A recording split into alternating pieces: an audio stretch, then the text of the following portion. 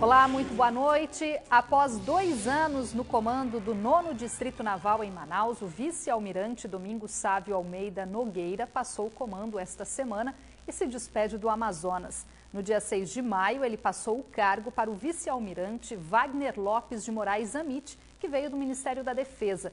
Mas antes de deixar o Estado, o vice-almirante Domingos Sávio faz um balanço de sua gestão e também fala sobre os desafios que ainda precisam ser superados na navegação da Amazônia. Ele é o nosso convidado de hoje, aqui no Band Cidade Entrevista. É um prazer recebê-lo, vice-almirante. Rosimara, também para mim é um prazer estar aqui no Band Cidade Notícia e poder ter esse contato com o público. Eu que passei 2 anos aqui e deixo a Amazônia com o título de cidadão manauara e cidadão do Amazonas. Títulos que eu distribuo com a minha tripulação, com todos que me ajudaram nesse período. Mas saio daqui com uma bagagem do que eu aprendi com o amazonense nesses 2 anos. Tá certo. Eu gostaria de começar essa entrevista com o senhor falando de um assunto que o senhor gosta muito de falar, que é sobre hidrovias, né, que são as estradas nos rios. E aqui a Amazônia é um exemplo disso, né? Aqui as estradas são os rios, mas por incrível que pareça, aqui no Amazonas não existe hidrovia regulamentada, é isso mesmo? Bem, é isso sim. Mas antes de começar esse assunto, eu gostaria de dizer que, como Força Armada, a Marinha, uma das 3, a tarefa primeira dela, e nós não podemos esquecer disso, é a defesa da pátria, como o Exército, como a Força Aérea, é a defesa da pátria. No entanto, aqui na região norte, graças a Deus, não temos ameaças. Então nós podemos verter os nossos esforços no auxílio do desenvolvimento. A Marinha sendo útil ao progresso do país. E nesse tocante, a Marinha pode colaborar muito com o desenvolvimento de hidrovias. Na realidade, nós temos aqui vias navegáveis. O nível, a definição de hidrovia, ela é um pouco mais restrita, ela pede uma sinalização náutica marginal, para que os cidadãos os navegantes que estão no rio, eles olhando a margem, saibam para onde dirigir. Eles procurem o canal de navegação, ou seja, o local mais profundo do rio, onde não encontrarão nenhum banco e vão evitar sinistros. Então é preciso ter, mas os nossos rios são navegáveis desde 1637, desde Pedro Teixeira. Quer dizer, nós temos o principal, que nós temos água. Esse é o principal. Evidentemente, tudo aquilo que a gente puder agregar a esse caminho de água, a essa estrada d'água, como você diz, será bom. Então, não é que a gente não possa navegar ou seja proibitivo, mas vamos trabalhar para melhorar a condução das nossas embarcações nessas vias. No caso, hoje, o que falta para que os nossos rios se tornem verdadeiras hidrovias é a sinalização, então, que ela não existe praticamente. Sim, hoje a sinalização não existe em nenhum rio da Amazônia. Nós temos a sinalização náutica em vários rios do Brasil. O Paraguai e Paraná, por exemplo, é completamente sinalizado, desde Cáceres até Buenos Aires. Ou seja, lá é uma hidrovia. Lá é uma hidrovia, a hidrovia do Paraguai e Paraná. 2.000 quilômetros de hidrovia. Então aqui nós não temos a sinalização ainda. O Madeira já teve, mas acabou essa sinalização, não se deu a devida manutenção, a sinalização do Madeira veio embaixo. A sinalização náutica não é competência da Marinha, é competência do Ministério do Transporte. Da Marinha é competência um estágio antes da sinalização, que é o levantamento hidrográfico, a batimetria dos rios, a produção de carta náutica. Na carta náutica é onde eu dou uma resposta que a sociedade deve, ou o navegante deve me cobrar, que é a seguinte pergunta: Almirante, onde é o canal de navegação? Por onde eu passo? Essa resposta está na carta náutica, na produção de carta náutica. E não é só a produção, é também a atualização. Os nossos rios têm carta náutica, todos estão cartografados. Só que com uma frequência baixa de atualização, nós temos ainda hoje cartas náuticas de 1999, de 2001, que já estão ultrapassadas. Os nossos rios são rios novos, exceto o Rio Negro, que já é um rio antigo, mas os nossos rios, o Madeira, o Solimões, o Amazonas são rios novos, o Juruá, o Purus são rios novos, onde corre muito sedimento, e isso faz mudar a batimetria do rio e o contorno do rio. Então nós temos que ter navios, e agora nós temos que ter navios aqui na região para fazer a batimetria constantemente, permanentemente, porque há essa mudança anual de contorno de rio e de batimetria. O senhor falou em novos navios, né? Então, no ano passado, aí, vieram 2 navios, recentemente teve um navio também para fazer esse levantamento hidroceanográfico, né? Para fazer exatamente esse trabalho que o senhor está fazendo, de fazer esse levantamento constante nos rios para que eles possam sempre estar com a sua navegação atualizada. Esses navios, então, eles atualizam a carta náutica. Como atualizam? Eles fazem a batimetria do local, medem a lâmina d'água que reina na maior parte do tempo naquela região, e isso é lançado na carta náutica. Por ali, o navegante vai ter o mínimo que ele vai encontrar de lâmina, e 90% da chance que ele passa por aquele ponto. Então, essa é a carta náutica. E os navios fazem isso permanentemente. Basicamente, esses navios fazem isso. Não são só navios, são navios e lanchas. Bom, existe uma possibilidade do Amazonas ganhar aí uma primeira hidrovia com uma parceria aí que está sendo negociada junto ao DENIT, né? Eu queria que o senhor falasse um pouco desse projeto. Sim, nós encaminhamos ao DENIT, a Marinha já aprovou no seu âmbito interno, está agora em análise na assessoria jurídica do DENIT, um convênio que orça 40 milhões para ser gasto durante 4 anos, para que a Marinha, então, faça o levantamento hidrográfico de todo o Rio Madeira. O Rio Madeira, compreendendo aí de Porto Velho até a Foz em Itacoatiara, são 1.076 quilômetros, e não só faríamos o levantamento, mas também faríamos a implantação de uma sinalização náutica para deixar o Rio Madeira como uma hidrovia de fato. E ainda faríamos o início de manutenção, isso durante 4 anos, ao custo de 40 milhões. O interessante nesse detalhe é que 1.000 quilômetros de hidrovia, eu soube, que equivale ao custo de 40 quilômetros de rodovia. Nós não somos contra a rodovia, mas gostaríamos que o entendimento fosse de que, no caso da Amazônia, a hidrovia ganhasse a preferência. É uma vantagem as hidrovias e é uma tendência aí fora do país, né? A gente sabe que aqui no Brasil é um meio ainda não muito explorado, mas que em outros países já é uma realidade. Inclusive, se você fizer comparações com o meio ferroviário, rodoviário, fica até equilibrado em alguns países, e sendo que no Brasil a gente sabe que existe uma predominância ainda do transporte rodoviário, que acaba sendo mais caro também, né? Mais caro e mais cara a manutenção, né? A manutenção das rodovias. Realmente nós somos campeões de rodovia.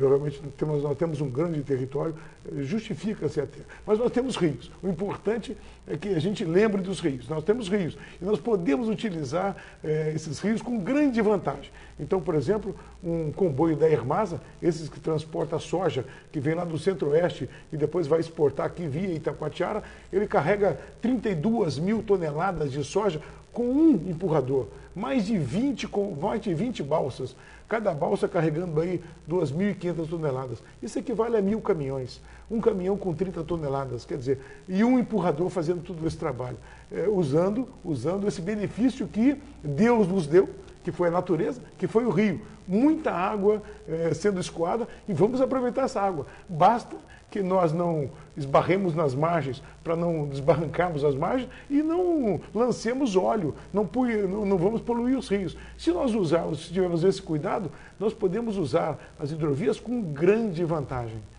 Eu diria excepcional vantagem. E, Almirante, por que nesse convênio com o DENIT ainda que está sendo negociado foi escolhido o Rio Madeira?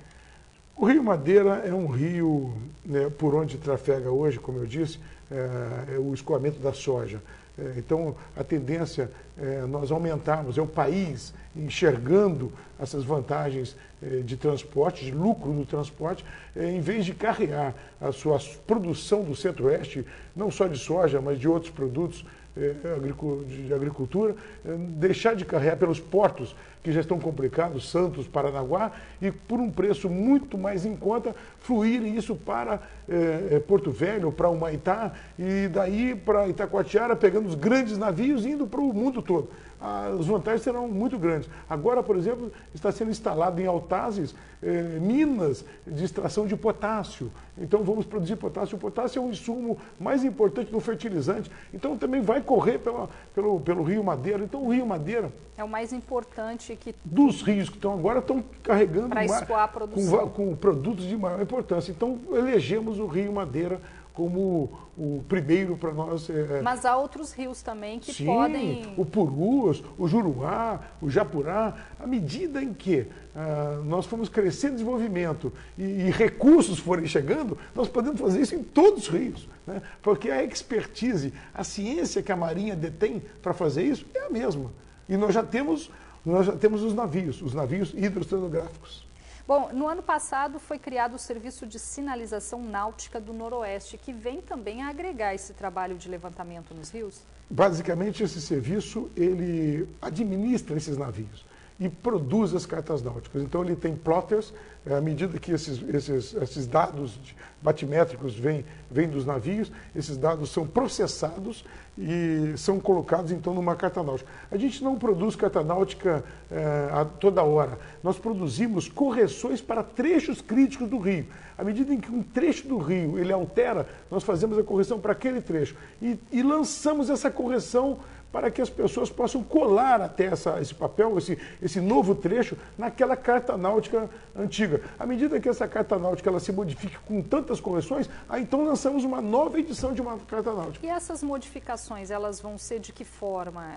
Meio digital? Essas modificações, por enquanto, aqui no Amazonas, é meio impresso, é em papel. A carta náutica tradicional em papel. Agora, já existe, desde que o navio tem equipamentos que leiam a carta eletrônica, nós, a Marinha, já temos condições de editar as cartas eletrônicas, que elimina totalmente o papel. É um equipamento chamado ECDIS, é um equipamento eletrônico e que faz a leitura automática. E essas cartas são certificadas internacionalmente, ou seja, elas garantem que a leitura do que está ali confere com a realidade do que se está vivendo ao redor. Tá certo, vice-almirante, a gente vai fazer um rápido intervalo aqui na entrevista, mas daqui a pouco a gente retoma então, saia daí. Band Cidade Entrevista deste sábado está de volta, hoje recebendo o vice-almirante Domingos Sávio, que esta semana deixou o comando do 9º Distrito Naval aqui em Manaus, após 2 anos na gestão. Vice-almirante, agora eu gostaria de abordar com o senhor um pouco sobre o trabalho da Marinha nos rios aqui para controlar, para fiscalizar, né, o transporte das embarcações, para garantir a segurança da navegação segura aqui. Ainda é muito grande a quantidade de embarcações irregulares, de condutores sem habilitação, porque tudo isso é responsabilidade da Marinha, né? Infelizmente ainda é. Nós navegamos no Amazonas aqui, antes dos colonizadores até chegarem, depois vieram as canoas, né?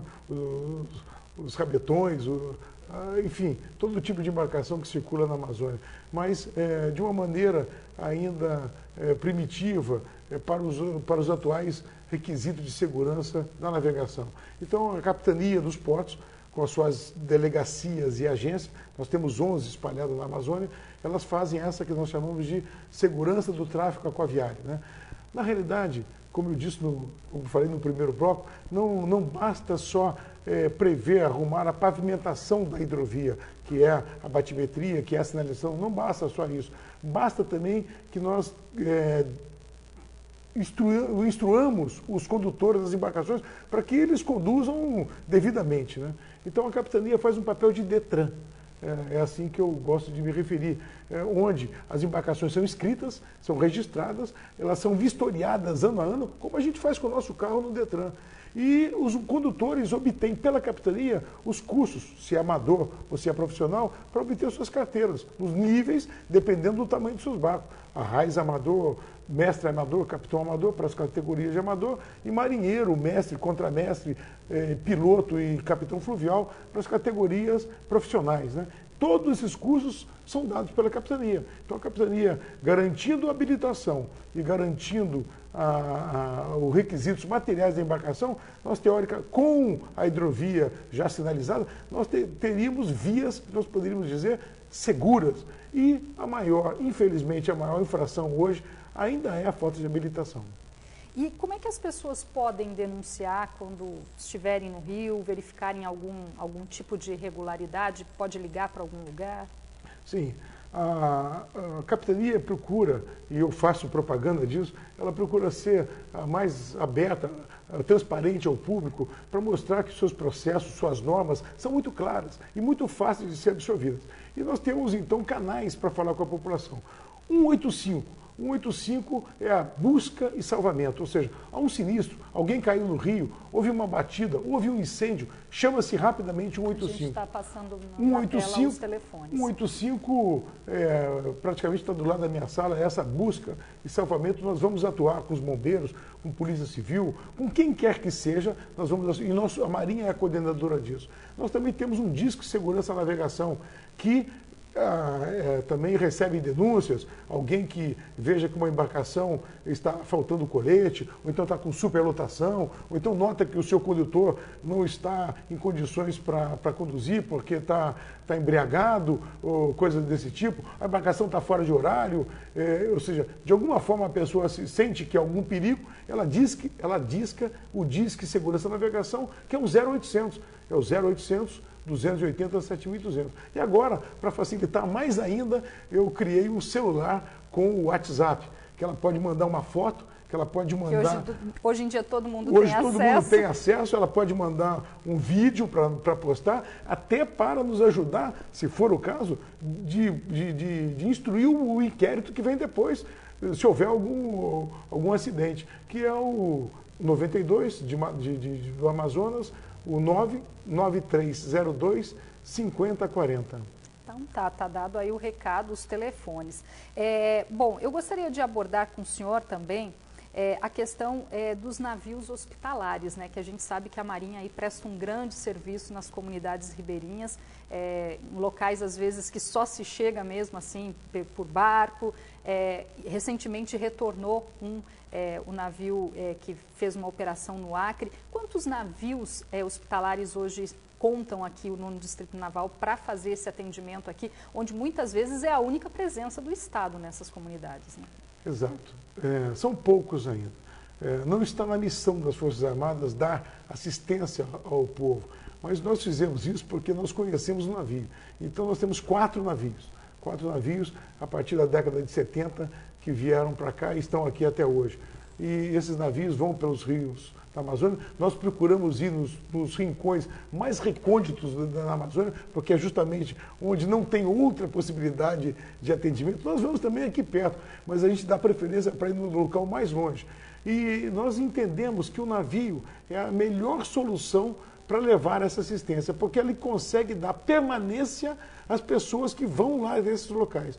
Porque todos sabemos como é agreste e como é difícil a logística na Amazônia. Quando se afasta dos grandes centros, principalmente de uma cidade como de Manaus, nós perdemos o conforto. E o navio oferece isso, o ar-condicionado, a água potável, a comida, o rancho, os alojamentos em condições boas, enfim, ele faz com que nós possamos permanecer até cerca de um mês nesses locais.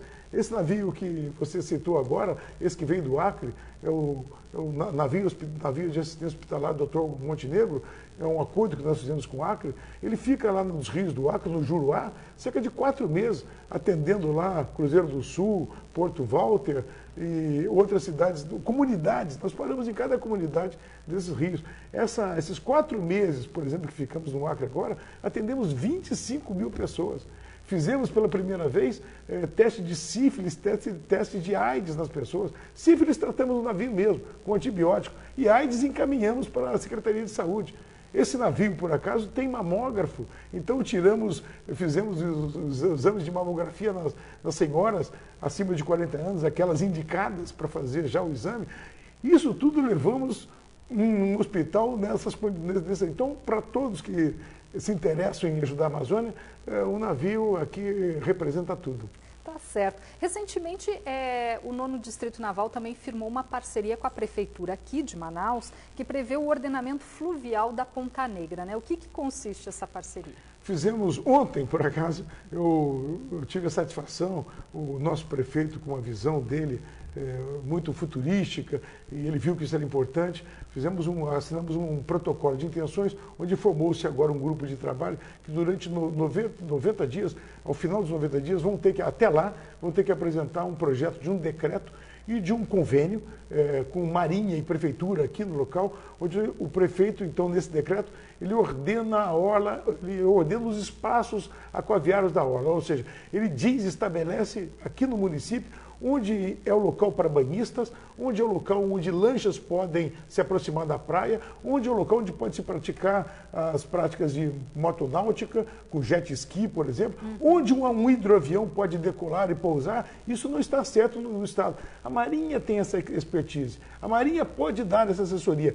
E outra coisa, nós daremos uma delegação de competência para os guardas municipais, para eles notificarem os infratores, que a Marinha também, por falta de pessoal, não ter tanta gente para poder estar em todos os lugares ao mesmo tempo, por exemplo, no verão, Praia da Lua, Praia do Tupé, Praia da Ponta Negra, ou seja, e é uma quantidade de gente muito grande que vá. Para que essa quantidade de gente continue gozando de segurança, por exemplo, alguém que vá à praia não seja atropelado por um jet ski ou uma lancha passe por ele, como nós temos casos tristes no país, de gente que perdeu membros por causa desses conflitos da máquina com o homem. Por falta de ordem. Ou então uma pessoa, né, quer fazer uma natação e está olhando para todo lado para ver se não vai ser atropelado. Quer dizer, para que haja essa segurança, a Marinha emprestará ao município toda a assessoria e mais do que isso, ela se entrelaça cada vez mais com a região, que é uma região nata fluvial. E, Almirante, na sua visão da Marinha, né, vendo aí tantos rios aqui na Amazônia, quando a gente chega aqui na capital, onde a gente é banhado aí pelo Rio Negro, o senhor não acha que falta um pouco mais de ordenamento na orla como um todo aqui em Manaus? Sim, falta um caminho. Nós sabemos que os nossos governantes lutam, eles todos sabem disso. O governo tem programas para ordenar, para termos na orla de Manaus uma bela avenida Beira-Rio, levar todas as indústrias que tratam de estaleiros e reparos navais para o polo naval, que vai ser uma área aí depois do Puraquequara, Rio Amazonas abaixo. Todos esses planos existem, evidentemente isso demanda recursos, mas nós temos a consciência de que precisa. Nós temos a consciência de que precisa melhorar os terminais hidroviários para atender o público com conforto, com asseio, dando a ele condições de banheiros, de restaurantes, enfim, de locais não há, né? Não há, de locais seguros para a atracação das embarcações, onde a Marinha dê efetivamente o nadopor dela que aquilo ali é seguro. Hoje nós não temos exatamente isso. Os nossos terminais hidroviários ainda não estão dentro desses requisitos. Evidentemente, nós só não interditamos, porque senão nós pararíamos com todo o movimento. Mas eu acho que existem, já estão surgindo empresários com interesse de fazer até transporte municipais de Ponta Negra ao centro da cidade, do centro da cidade a Ceasa, a Zona Leste, e criando terminais hidroviários. Eu acho que essa integração, que seria uma integração intermodal na cidade, usando a vocação natural fluvial dessa região, seria muito bem-vinda e eu acho que solucionaria agora grandes problemas de transporte para uma cidade que já tem 2.200.000 habitantes. Certamente. Vice-almirante, eu gostaria muito de agradecer a sua presença aqui conosco, desejo sucesso aí na sua nova função, o senhor está voltando para o Rio de Janeiro, e quando voltar a Manaus, estamos aqui à disposição do senhor. Eu torcerei pelo Amazonas, eu, como disse no início, sou um amazônida, me vejo assim, e de vez em quando eu acho que eu vou voltar por aqui, porque eu comi jaraqui. Tá certo, então. Muito boa noite. Boa noite para você aí de casa também. Um ótimo domingo e a gente se encontra na segunda-feira no Band Cidade a partir de 6:50 da noite. Até lá.